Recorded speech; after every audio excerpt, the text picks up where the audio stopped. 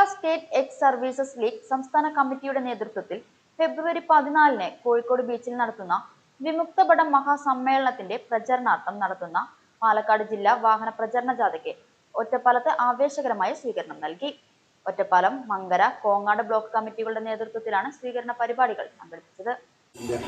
വാർഷികം ആഘോഷിക്കുമ്പോൾ ചരിത്രത്താളുകളിൽ കൈകളികളാൽ കെട്ടിവെച്ച ആ ഓർമ്മ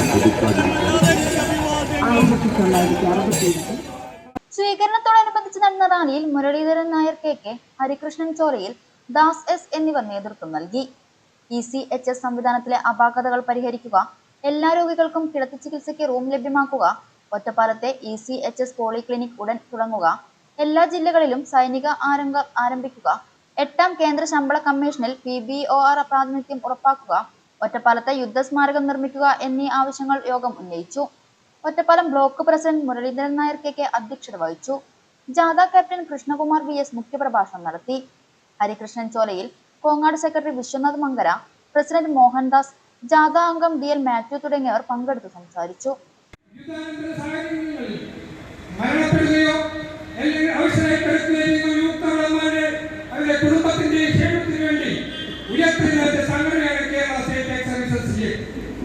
ഈ സംഘടന പുരാതനവും വളരെ അംഗസംഖ്യയുള്ള ഇന്ത്യയിലെ തന്നെ കേരളത്തിൽ തന്നെ ഏറ്റവും വലിയ സംഘടനയാണ്. ഈ സംഘടനയുടെ ശക്തി തെളിയിക്കുന്നത് ഫെബ്രുവരി 14 കോഴിക്കോട് മാനന്തവാടി മൈതാനിയിൽ നിന്നും ആരംഭിക്കുന്ന 10,000 പങ്കെടുക്കുന്ന ആ റാലിയായിരിക്കണം.